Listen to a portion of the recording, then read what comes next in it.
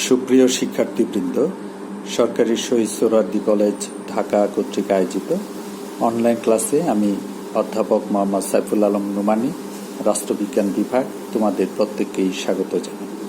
আমি আশা করছি তোমরা সবাই সুস্থ আছো এবং নিরাপদে আছো।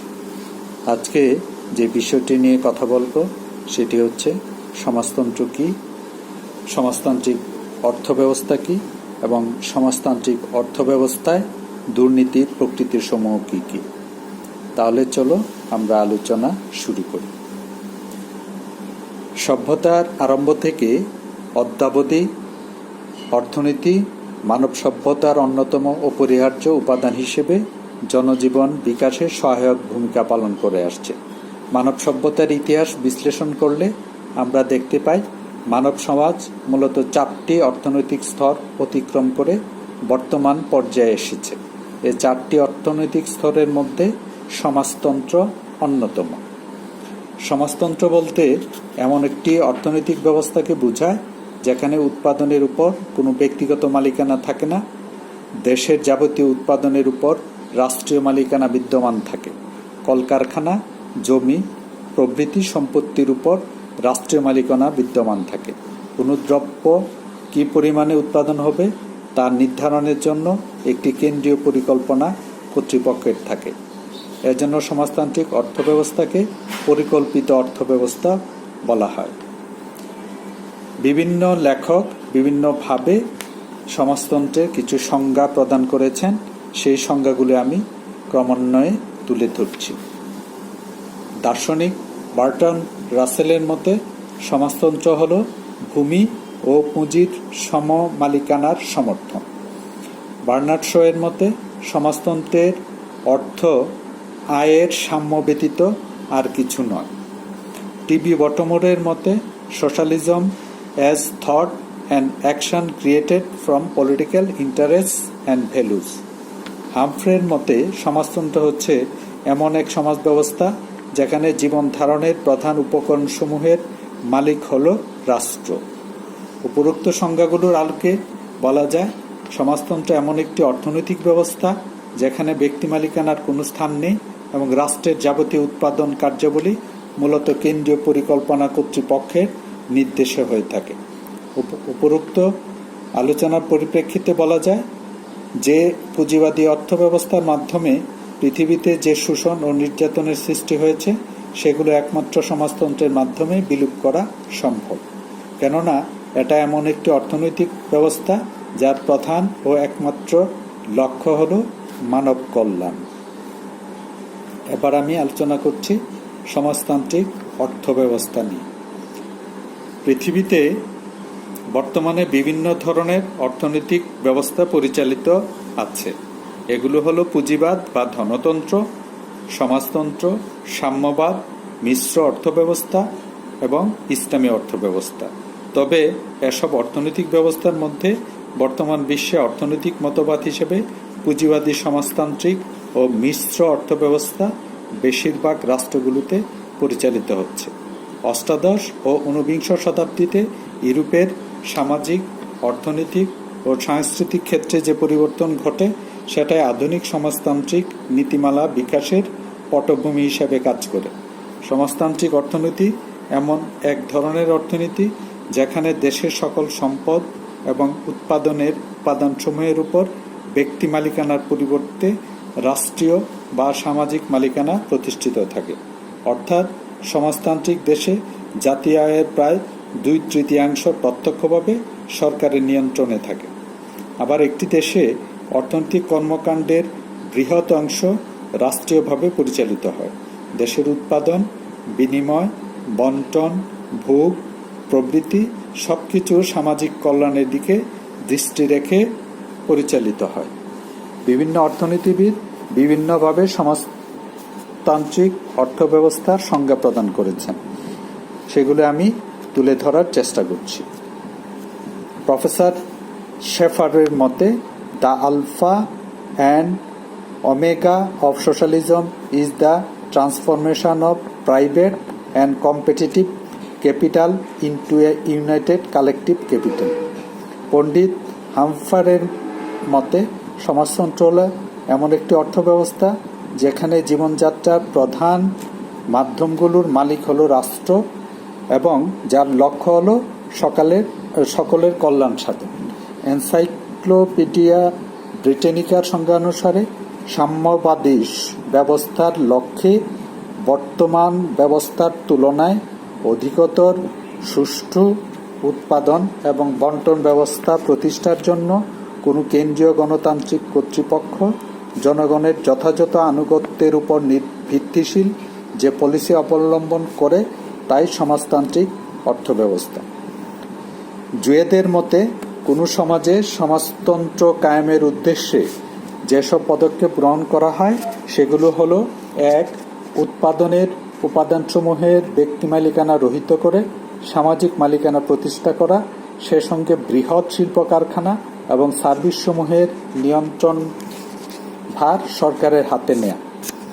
দ্বিতীয়ত, শিল্প ও কলকারখানার উৎপাদন পদ্ধতি সামাজিক প্রয়োজনের ভিত্তিতে নিরূপণ করা, যেখানে মুনাফা এবং অর্জনের মানসিকতা থাকবে না। তৃতীয়ত, পুঁজিবাদী ব্যবস্থার মুনাফা ভিত্তিক উৎপাদনকে সমাজসেবামূলক উপাদানে পরিবর্তিত করা।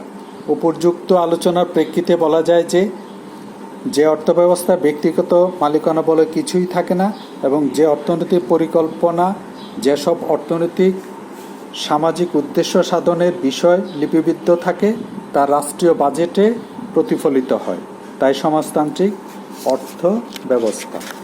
সুপ্রিয় শিক্ষার্থীবৃন্দ, এবার আমি আলোচনা করছি সমাজতান্ত্রিক দেশের দুর্নীতির প্রকৃতি নিয়ে।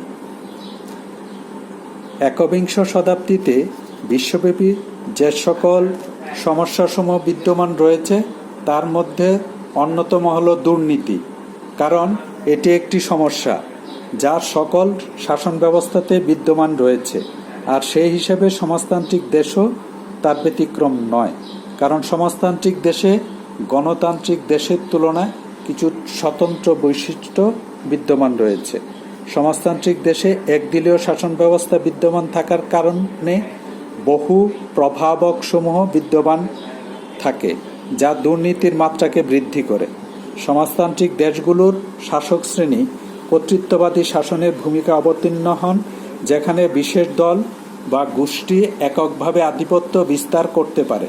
তবে এই সমাজতান্ত্রিক দেশে দুর্নীতির নানাবিধ প্রকৃতিসমূহ বিদ্যমান থাকে। সমাজতান্ত্রিক দেশে দুর্নীতির প্রকৃতিসমূহ: সমাজতান্ত্রিক দেশগুলোতে একদলীয় ব্যবস্থা বিদ্যমান, তাই এই ক্ষেত্রে একটি রাজনৈতিক দল বা গোষ্ঠী আধিপত্য বিস্তার করে, আর সেজন্য অন্যান্য শাসন ব্যবস্থার মতো সমাজতান্ত্রিক দেশও দুর্নীতির অভিশাপ থেকে মুক্ত নয়, কারণ এই ক্ষেত্রে স্বচ্ছতা ও জবাবদিহিতার পথগুলো অনেকাংশে নষ্ট হয়ে যায়। সমাজতান্ত্রিক দেশের দুর্নীতির প্রকৃতিসমূহ আমি এখন বিস্তারিতভাবে তুলে ধরার চেষ্টা করছি। ১. দলীয় স্বার্থের প্রাধান্য। সমাজতান্ত্রিক দেশে দুর্নীতির প্রকৃতিসমূহের মধ্যে অন্যতম হল দলীয় স্বার্থের প্রাধান্য, কারণ সমাজতান্ত্রিক দেশে এবং দলীয় শাসন ব্যবস্থা বিদ্যমান থাকার কারণে তারা সর্বদাই দলীয় স্বার্থকে অত্যধিক প্রাধান্য দেয়, ফলে দুর্নীতির মাত্রা অনেকাংশে বৃদ্ধি পেতে পারে। দ্বিতীয়ত, দমনপীড়ন বৃদ্ধি। সাধারণত দমনপীড়ন যে কোনো দেশের সমাজ ব্যবস্থাতে দুর্নীতির মাত্রাকে অনেকাংশে বাড়িয়ে দেয়, আর সেজন্য এই ক্ষেত্রে সমাজতান্ত্রিক দেশগুলোতে দমনপীড়ন অধিকাংশে বৃদ্ধি পায়, ফলে দুর্নীতির মাত্রাও এই শাসন ব্যবস্থাতে বৃদ্ধি পাওয়ার সম্ভাবনা থাকে। তৃতীয়ত, আধিপত্য বা প্রভাব বিস্তার। সমাজতান্ত্রিক দেশে দুর্নীতির প্রকৃতিসমূহের মধ্যে আরেকটি হলো আধিপত্য বা প্রভাব বিস্তার, কারণ এই ক্ষেত্রে কর্তৃত্ববাদী শাসকের উপস্থিতি বিদ্যমান থাকার কারণে আধিপত্য বা প্রভাব বিস্তার অনেকাংশে বিরাজমান, যা দুর্নীতির প্রকৃতি হিসাবে চিহ্নিত। চতুর্থত, রাজনৈতিক অধিকার হরণ। যে কোনো দেশের মানুষের মধ্যে রাজনৈতিক অধিকার বজায় থাকা অত্যন্ত গুরুত্বপূর্ণ, কিন্তু সমাজতান্ত্রিক দেশগুলোতে রাজনৈতিক অধিকার হরণ করে দুর্নীতির মাত্রাকে বহুগুণে বৃদ্ধি করা বা বৃদ্ধি হওয়ার সম্ভাবনা তৈরি হয়। পঞ্চমত, দলীয়করণ। সমাজতান্ত্রিক দেশে দুর্নীতির প্রকৃতিসমূহের মধ্যে অন্যতম হল দলীয়করণ। কারণ এই শাসন ব্যবস্থাতে শাসক একক আধিপত্য বা প্রভাব বিস্তারের মাধ্যমে নিজস্ব দলের লোককে নিয়োগ দেন, ফলে এটি এই ক্ষেত্রে দুর্নীতির প্রকৃতি হিসেবে বিবেচিত হতে পারে। ষষ্ঠত, ভোট কারচুপি। সমাজতান্ত্রিক দেশে দুর্নীতির প্রকৃতিসমূহের মধ্যে অন্যতম হল ভোট কারচুপি। কারণ সমাজতান্ত্রিক দেশে জনমতের কোনো তেমন গুরুত্ব দেওয়া হয় না। দলীয় আদর্শ এই ক্ষেত্রে মুখ্য বিষয় বলে ভোট কারচুপির হারের বৃদ্ধির মাধ্যমে দুর্নীতির মাত্রাও ব্যাপক হারে বৃদ্ধি পেয়ে যেতে পারে। সপ্তমত, অর্থ পাচার ও চোরাচালান বৃদ্ধি। অর্থ পাচার ও চোরাচালান সমাজতান্ত্রিক দেশের দুর্নীতির প্রকৃতিসমূহের মধ্যে অন্যতম একটি। কারণ সমাজতান্ত্রিক দেশের সম্পদ এবং সকল ক্ষেত্রে একক হস্তক্ষেপ বিদ্যমান থাকার কারণে অর্থ পাচার ও চোরাচালান বহুগুণে বৃদ্ধি পায়।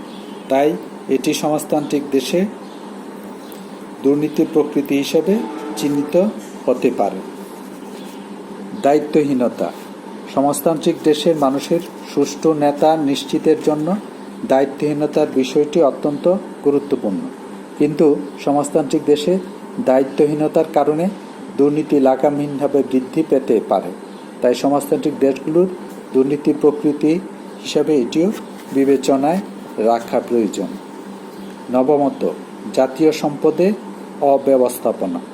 সমাজতান্ত্রিক দেশের দুর্নীতির প্রকৃতিসমূহের মধ্যে আরও একটি বিষয় হল জাতীয় সম্পদের ব্যবস্থাপনা।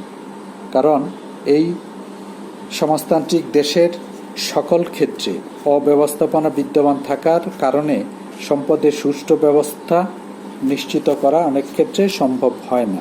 তাই এক্ষেত্রে জাতীয় সম্পদের ব্যাপকভাবে অব্যবস্থাপনার সম্ভাবনা তৈরি হয়। দশমত, সন্ত্রাসবাদ ও অস্থিতিশীলতা। সমাজতান্ত্রিক দেশের দুর্নীতির আরেকটি প্রকৃতি হল সন্ত্রাসবাদ ও অস্থিতিশীলতা। কারণ এই সমাজতান্ত্রিক দেশগুলোতে অসঙ্গতি থাকার কারণে এই ক্ষেত্রে সন্ত্রাসবাদ এবং অস্থিতিশীলতা অনেক বেশি মাত্রায় পরিলক্ষিত হতে পারে। 11তম, সংবাদপত্র এবং অন্যান্য প্রচার মাধ্যমগুলোকে নিয়ন্ত্রণ।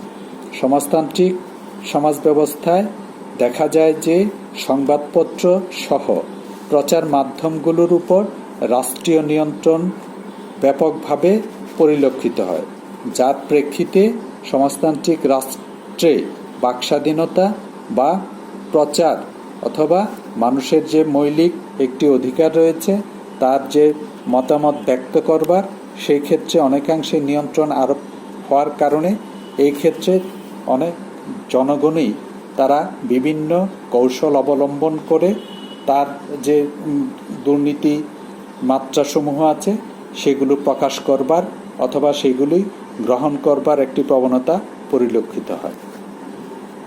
পরিশেষে বলা যায় যে সমাজতান্ত্রিক দেশে কর্তৃত্ববাদী শাসন ব্যবস্থা বিদ্যমান থাকার কারণে ক্ষমতার অপব্যবহারগুলো বহুগুণে বেড়ে যায়।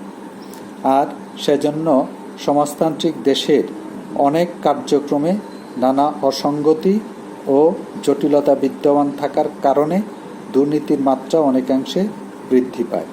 তাই এই শাসন ব্যবস্থাতে স্বচ্ছতা ও জবাবদিহিতার উপস্থিতির কিছুটা ঘাটতি বিদ্যমান থেকে যায়। আর সেজন্য সমাজতান্ত্রিক দেশের দুর্নীতির নানাবিধ প্রকৃতিসমূহ বিদ্যমান থাকার সম্ভাবনা তৈরি হয়, এতে কোনো সন্দেহ নেই। সুপ্রিয় শিক্ষার্থীবৃন্দ, আমি আশা করছি যে তোমরা আলোচনাটি প্রথম থেকে শেষ পর্যন্ত মনোযোগ সহকারে শুনেছ এবং এক্ষেত্রে তোমার জ্ঞানের পরিধি বৃদ্ধিপ্রাপ্ত হবে এবং তুমি তোমার সামনের যেসব প্রতিযোগিতামূলক পরীক্ষা রয়েছে, বিশেষ করে একাডেমিক পরীক্ষায় তোমার এই প্রশ্নগুলো আসার সমূহ সম্ভাবনা রয়েছে। বিধায় তোমরা এটাকে আরও ভালোভাবে আত্মস্থ করবে এবং মেইন বইগুলো অনুসরণ করে তোমার সামনের দিনগুলো এগিয়ে নিয়ে যাবে। পরিশেষে সুপ্রিয় শিক্ষার্থীবৃন্দ, আমি বলতে চাই যে তোমরা স্বাস্থ্যবিধি মেনে চলো এবং নিরাপদে থাকো এবং মাদককে না বলো। আল্লাহ হাফেজ।